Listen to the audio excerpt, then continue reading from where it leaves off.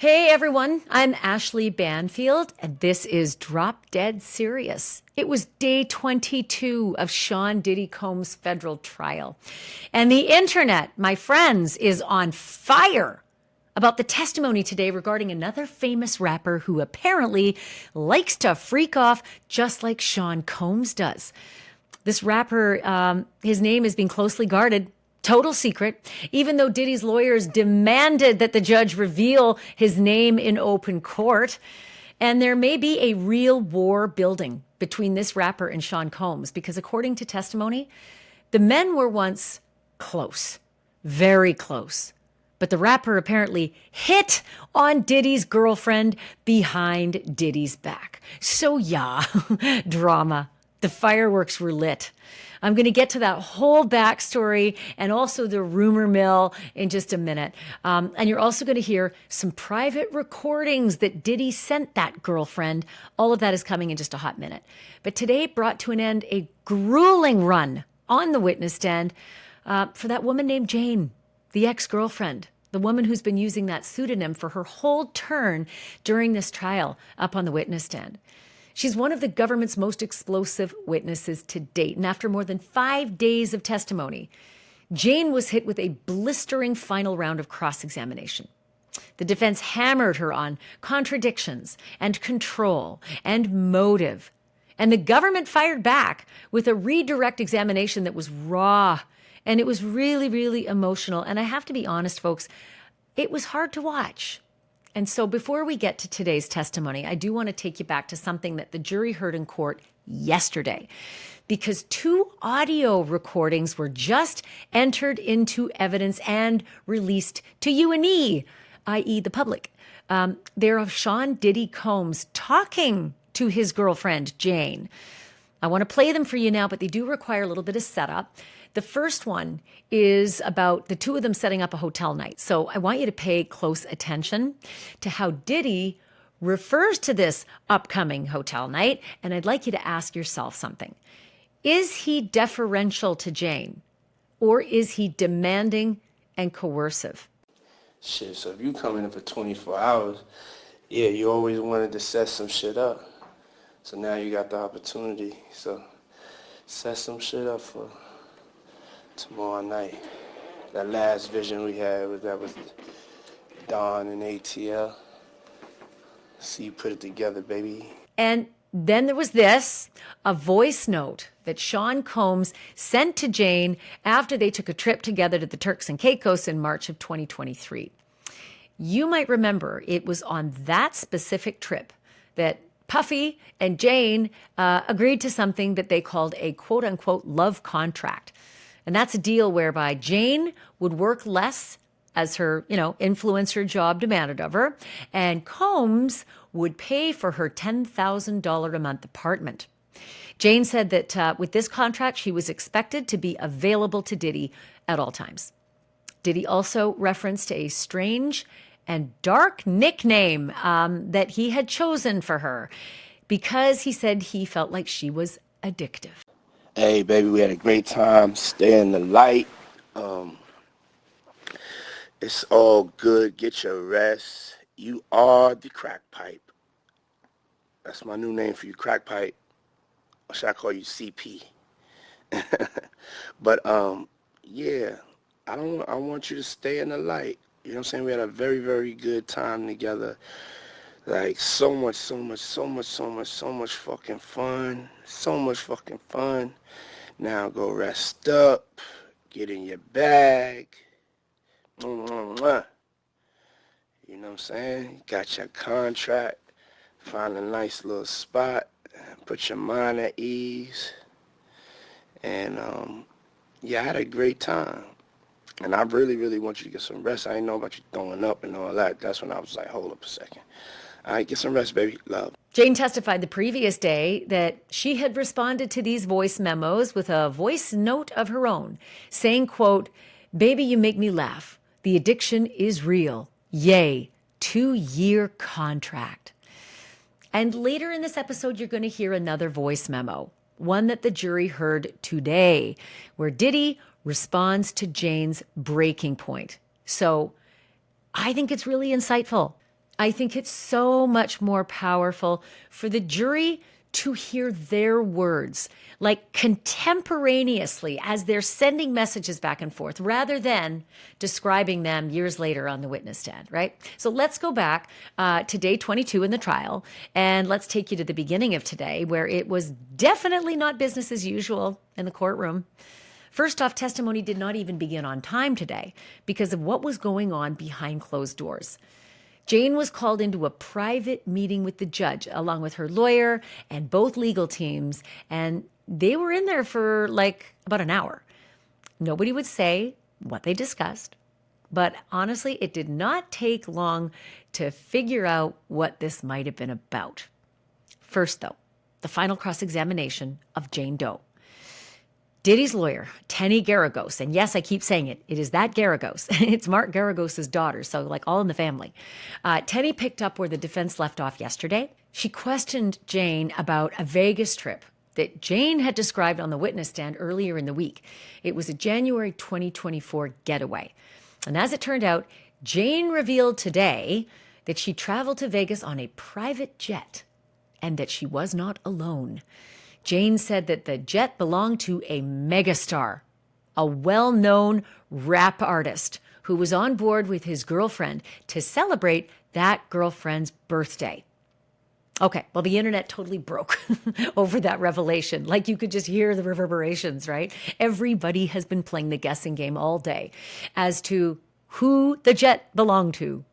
Which mega rap star and his girlfriend were in Vegas with Jane and her friends for a birthday celebration for that rap star's girlfriend. Because that rap star didn't just provide a ride. Jane said that rap star also provided quite a show. I will tell you exactly what I mean. And yes, I will give you the dirty details in just a second. But here's what happened in Vegas. According to Jane's earlier testimony, there was a full itinerary for Jane and her girlfriends. There was a play, and then a high-end dinner, and then a strip club. And then a party in a hotel suite where things got spicy. And when I say spicy, I mean really spicy. Jane described what was going on in that suite as, quote, a freak-off. Only this one was not hosted by Diddy. It wasn't with Jane. It was hosted by the famous rapper. You know, the guy with the jet who brung Jane to Vegas? When Jane arrived, she said she spotted a male escort who'd previously performed in her freak-offs with Diddy. This is a guy named Antoine. We've heard of him before. Jane's mentioned him on the witness stand many times. But Antoine was having sex with an unknown woman in the middle of this suite while the famous rapper and his girlfriend with the birthday, apparently they were just watching and enjoying. Jane insisted to the court she did not participate in this freak-off. No, she said this was for the famous rapper and his girlfriend, featuring an escort that, yes, me and my boyfriend Diddy, we've had before. Talk about a coincidence, right? You hate that when you run into your guy? Never mind, I'm kidding. So when Diddy found out that apparently Jane had gone to this sex party, Jane said that Diddy was absolutely furious with her, like totally jealous, totally controlling. Diddy's lawyer pressed Jane, though, about the sex party and about that rapper and what really happened inside that hotel suite. The lawyer asked, quote, "Is this rapper an icon in the music industry?" To which Jane answered yes. She confirmed that he was somebody close to Diddy, both personally and professionally. I know, the bells are going off in my head too.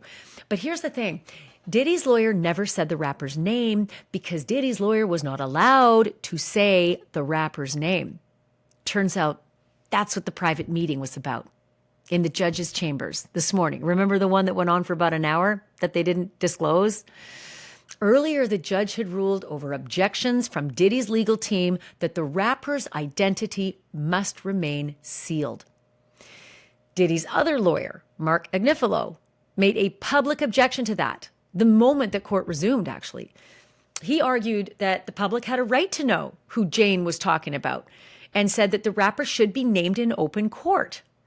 But the prosecutor, Maureen Comey, fired back and said that outing this rapper wasn't about transparency in the case. It was about intimidation. She actually said it was, quote, a pretext to harass this witness, Jane. And in the end, the judge agreed. The judge agreed with the government. Boom, done, gavel down, finished. So for now, the identity of that rapper officially remains a mystery, though I said it before and I'll say it again.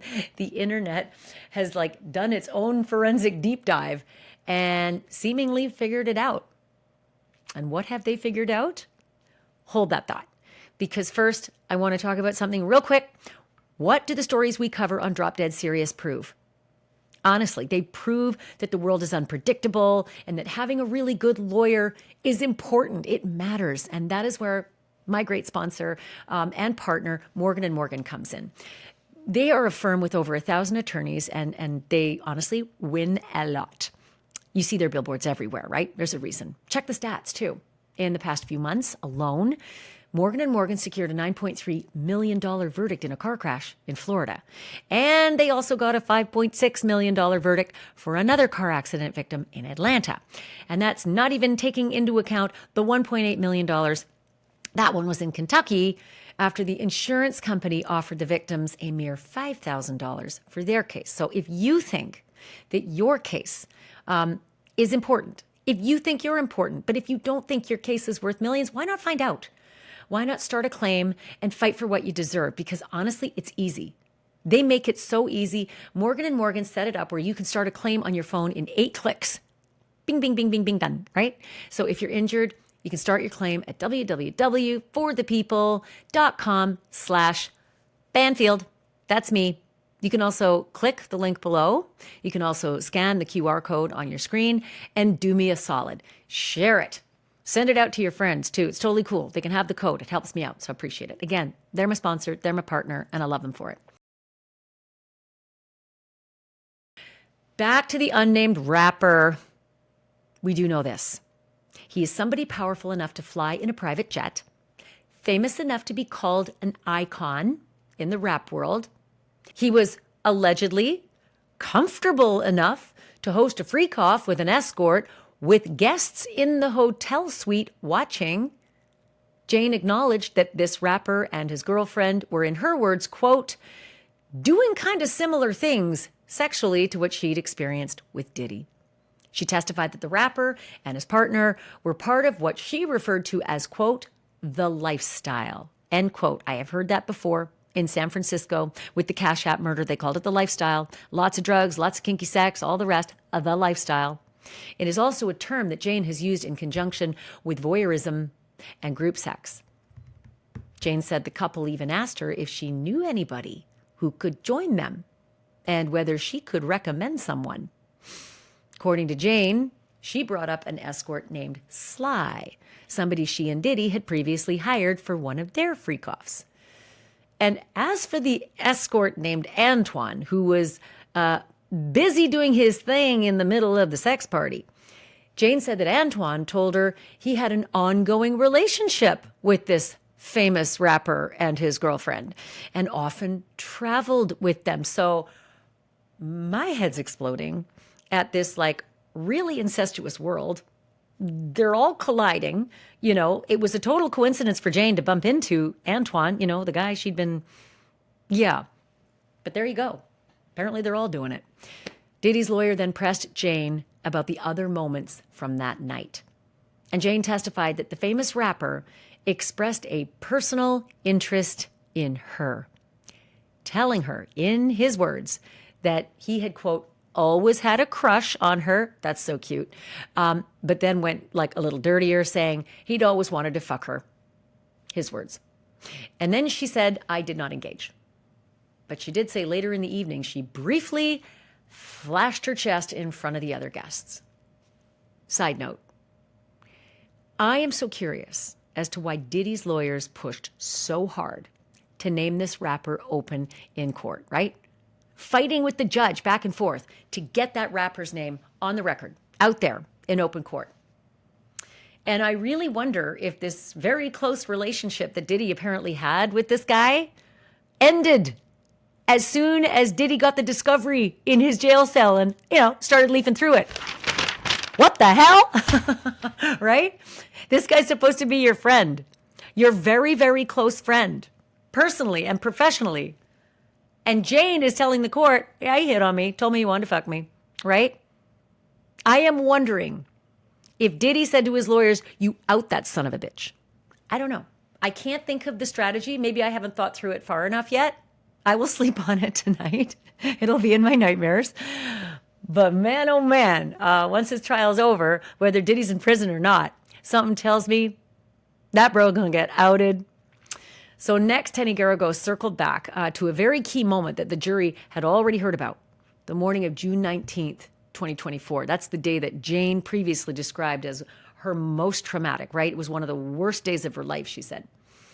But this time, the focus wasn't on rehashing the violence that she'd already described.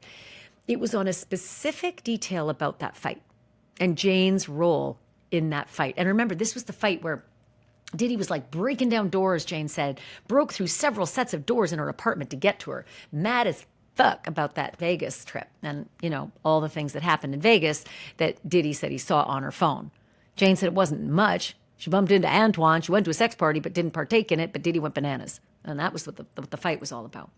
So under cross-examination, Jane acknowledged that she was the one who made physical contact first with Diddy by hitting him on the back of the head.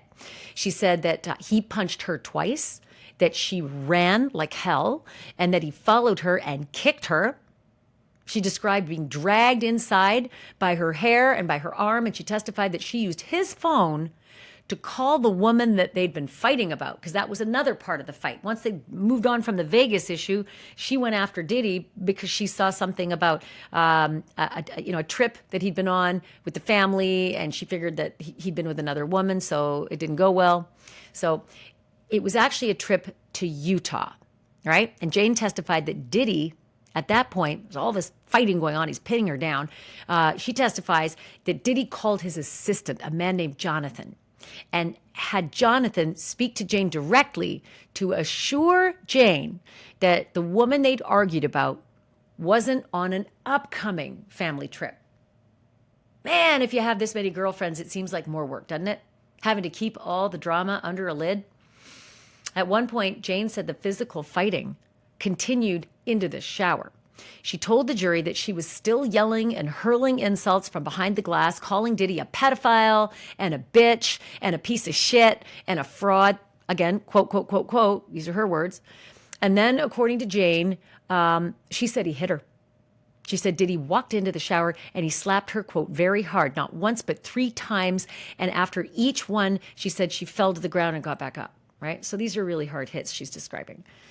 She also recalled Diddy saying, quote, we've never fought like this before. And now this lawsuit comes out and you're attacking me? That's what she said Diddy said.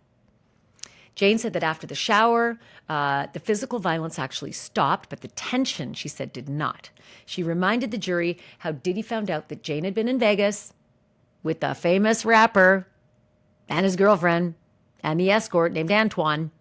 Jane told the jury that she explained to Diddy some of the basics, that she flew on a private jet, that she went for the rapper's girlfriend's birthday, but Jane did not mention flashing anybody with her, with the girls. She told Diddy, quote, nothing happened, end quote. Combs, she said, did not believe her. And according to Jane, he snapped and he said, quote, how could you go to another man's freak off, end quote. Holy Dinah, I did not think we were going to hear Diddy talking about somebody else's freak off in this trial. That's Jane's testimony. She told the jury that Diddy got right in her face and told her to take an ecstasy pill, which she said she agreed to do. I find that really odd, but okay. And then came the moment that jurors have heard described before. Jane said that Diddy had brought an escort to the house already. Guess who? Antoine. Antoine, same dude who'd been in Vegas, same dude who was in the sex party with, the famous rapper and his girlfriend watching. Apparently, Antoine was waiting in the next room. And she said Diddy ordered her to, quote, go out and fuck him, end quote. But Jane told the jury she refused, saying, quote, I don't want to, end quote. Jane admitted, however, that she finally acquiesced and performed oral sex on Antoine anyway, and she said there was no other sex than that, and that afterwards she simply dismissed Antoine. But what stood out to her, she said, was what happened next. Usually, Jane testified, there'd be a ritual after their, quote, hotel nights, free costs, whatever you want to call them, anything that they did with escorts. Jane said that there would usually be cuddling with Diddy or quiet time with Diddy and then some version of closeness. But not this time, she said. Nothing.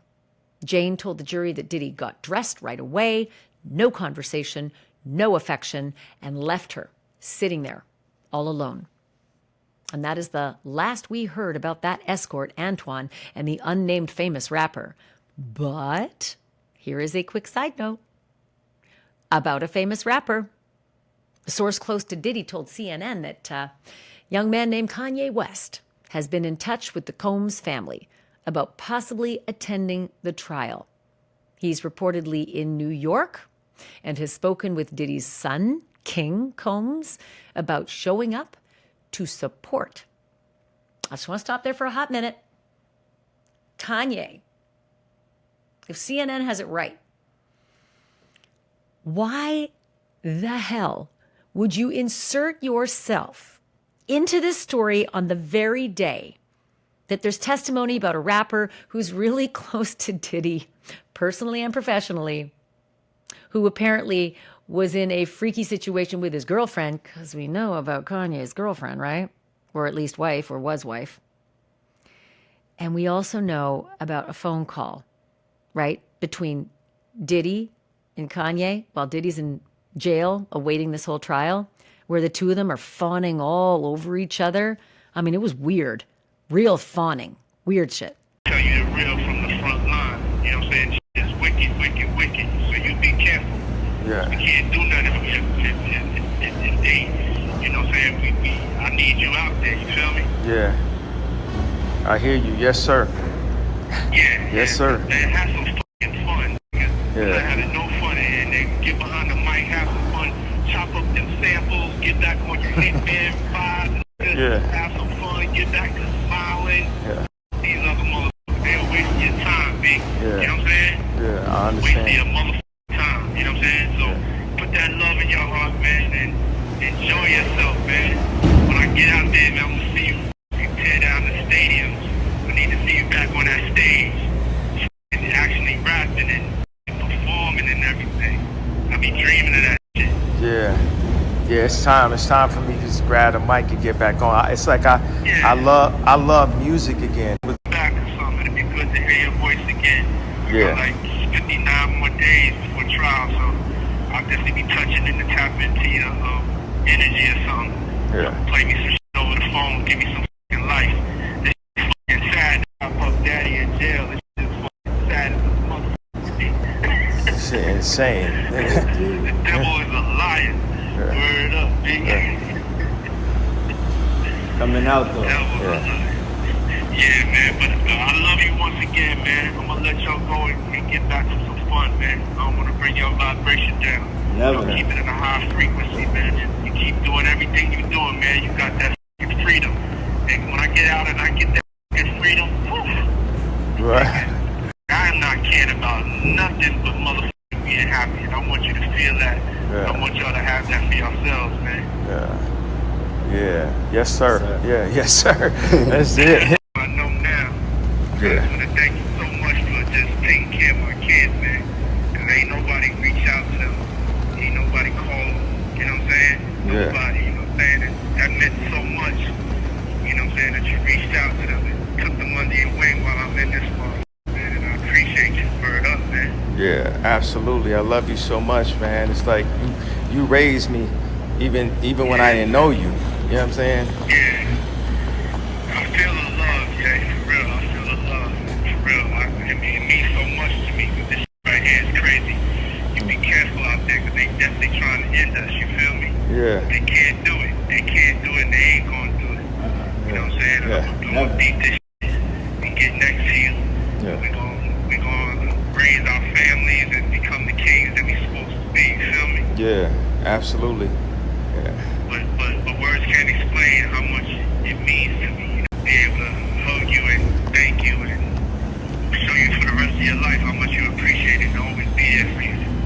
Man, thank you, man. Thank you. But I just feel like as a community, like we got to take the responsibility to, you know, just for us, just all of us. It's like we a family. Everybody has been taken in by this fame, media, music, everything. Yo, Doug. Yeah, I thought we was all family, man. I really thought that. You know what I'm saying? Right now, you're the only family I got. You're the only family I see. You feel me? Yeah. I done always spoke up for everybody, you know. And, you know, I ain't bitter or nothing. I'm just telling you how it is because you're the only one. You know what I'm saying? Yeah. So me and you, if you're the only one that came to get me, that's all I can do is say, like, damn. You know what I'm saying? Yeah. Every time everybody try to attack us, I'm always riding. And you're the only person that woke up, and I appreciate it. Yeah, absolutely. I just felt that energy. It's like something was channeling through me. You know how it be when I like get in that mode and it's like, gotta do it. Yeah. You jumped into your bag, and thanks for the Sean John look too. You know what I'm saying? Yeah. Absolutely, we gotta keep that going. When I got my website, it's ready. They gave it back to me actually. And I appreciate it. Yeah, absolutely. I just felt that energy. It's like something was channeling. Kanye, why on earth would you insert yourself at this moment when the whole internet is trying to figure out who the famous rapper is who's so close to Diddy? Next, Garagos pointed the jury to more of Jane's text messages, specifically a text that Jane sent on July 15th, 2024. Let's mark that date. July 15th, 2024. About 4 months beforehand, the feds had raided Diddy's mansions and Jane's home. So Jane and Diddy know that he's under a federal investigation, okay? And they've known it for 4 months. They've had their homes raided. Diddy has been in multiple moments of contact with his attorneys, right? And yet, this stuff is happening. Jane writes this to Diddy, quote, "And my dumbass thought that maybe if I fucked more and did more hotels, I'd finally get a trip." The defense pointed out to the court here that this message suggests Jane wasn't being forced into all that filthy, dirty, kinky sex, that she just wanted a high-end vacation. As in, all of her frustration with Diddy wasn't about not wanting the sex. It was more about wanting better perks. And I think that Diddy's lawyers are doing a really good job at trying to convince the jury of that part of the argument. Whether they've done it or not, that's not up for me to decide. That's up for the jury to decide. But next, they heard about what Jane described as a reset. She testified that Diddy proposed that they start fresh, a whole clean slate, and he invited her to Miami. She flew out, and they stayed at the Four Seasons. Jane describes it as, quote, "a really nice time." And she said that she had positive memories from the trip. She told the jury, quote, "There was a little moment, but yes, for the most part, we were having a good time," end quote.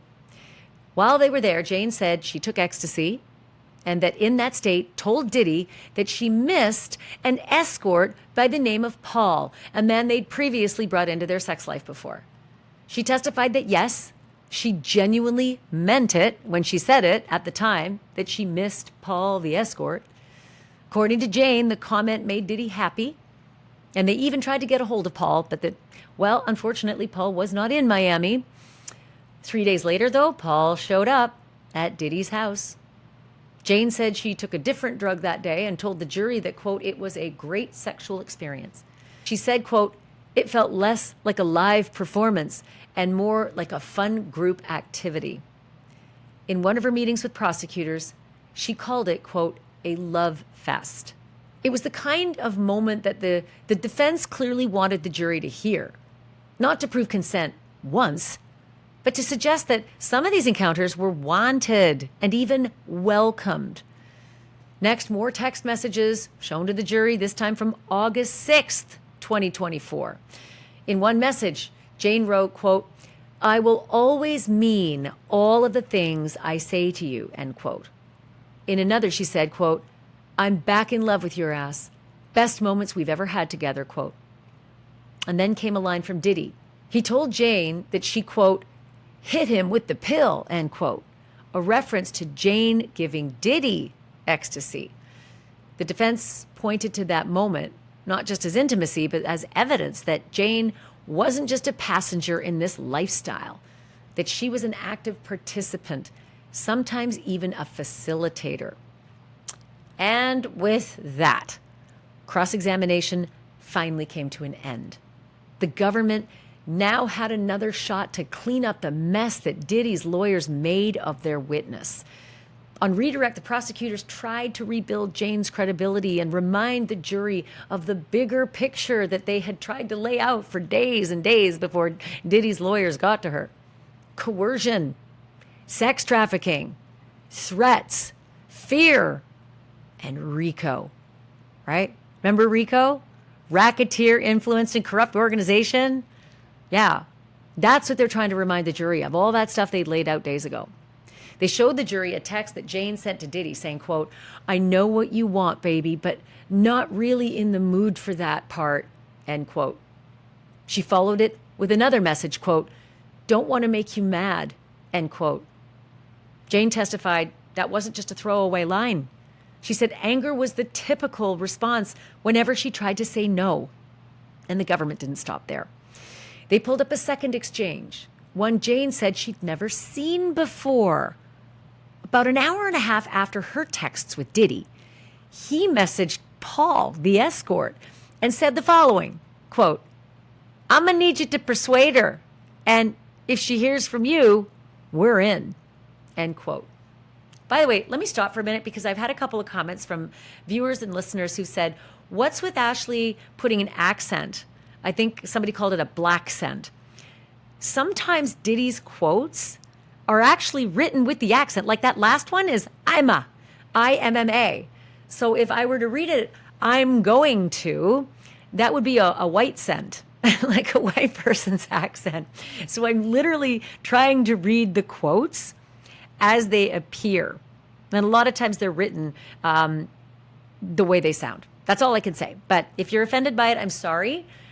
I am trying my best to give you what it feels like and sounds like in the actual case. I digress. Jane actually told the jury that she had no idea that that message that she just heard in open court had been sent to Paul, but that it didn't surprise her. She said Diddy pressured her to participate in hotel nights, quote, "all the time," end quote. She testified that she often pretended to enjoy the sex and explained that she was, quote, "putting on a show for Sean," end quote. And that she didn't orgasm during the hotel nights, that she faked it. Then came a name that we've heard before, Cabral, the escort who Jane says once tried to extort her by threatening to release a sex video of one of their hotel nights if she didn't give him 10 grand. She said he eventually sold that tape to a major broadcaster after Diddy promised her he'd look after it. She never did see it. She never did find out where it ended up or why that broadcaster bought it.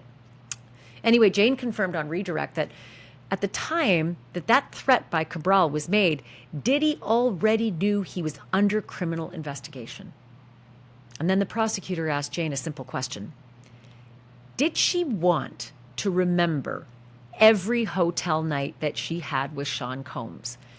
And Jane's answer was simple and devastating. She said, quote, "I wish I could forget them." Then the prosecutor showed the jury a note that Jane had written in her phone, something she'd saved in her notes app. Jane said that Combs had made promises, quote, "trips, dates, romance, just normalcy," end quote. But Jane testified that is not what happened, that it's not what she got.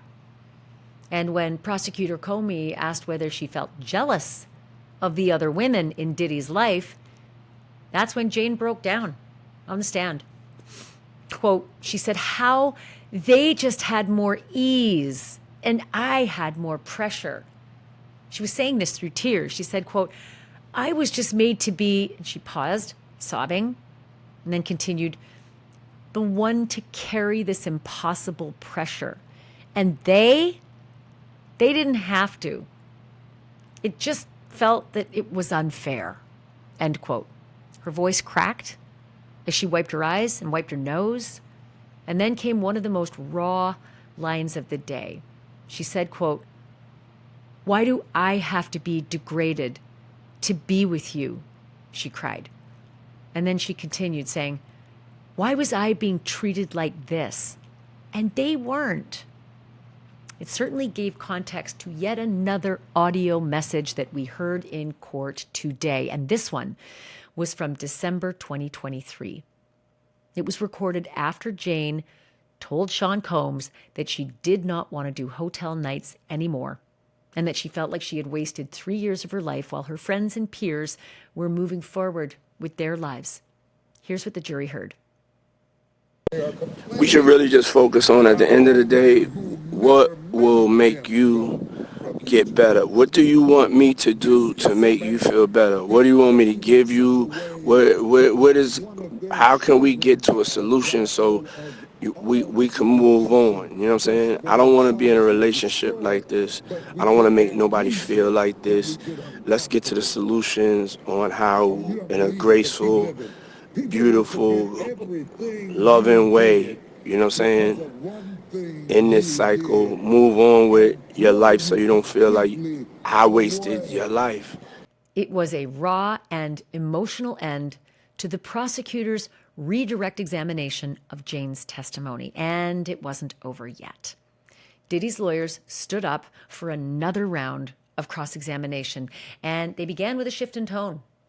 Gloves came off again. Tenny Garagos ditched the gentle approach, and she came in sharp, pressing Jane hard on inconsistencies and control and choices that Jane made. And Jane gave it right back. At times, she looked down, but at times she glared. But Jane was combative from the jump. Tenny Garagos focused on the night with Antoine. Jane confirmed that she was the only one who had Antoine's number.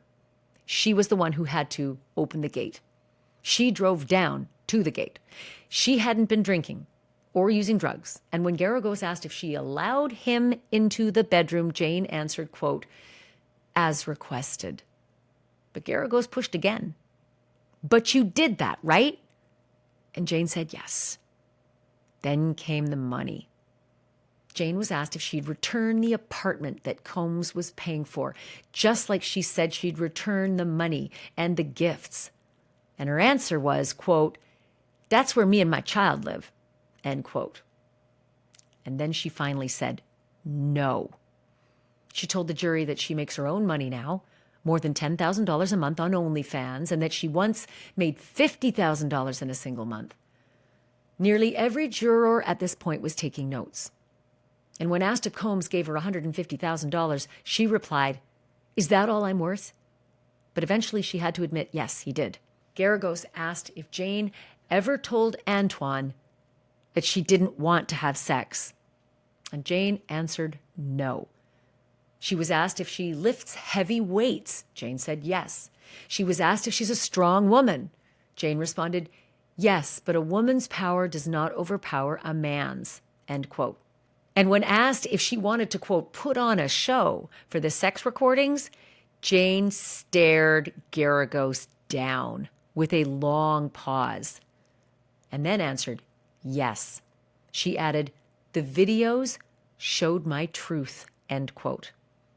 Garagos challenged her on her contradictions about loving Combs, about enjoying hotel nights, about whether she was truly being pressured. At one point, she asked directly, "Are you now changing your whole testimony?" And Jane paused and said, "I don't know. I guess so." And when Garagos asked her point blank if she didn't want to break up with Diddy because she still loved him, Jane took a long breath and said, yes. And with that, Jane stepped down from the witness stand, ending more than 5 days of intense and emotional and often combative testimony. Was she Cassie? No. If you're asking me, she was a very different witness than Cassie.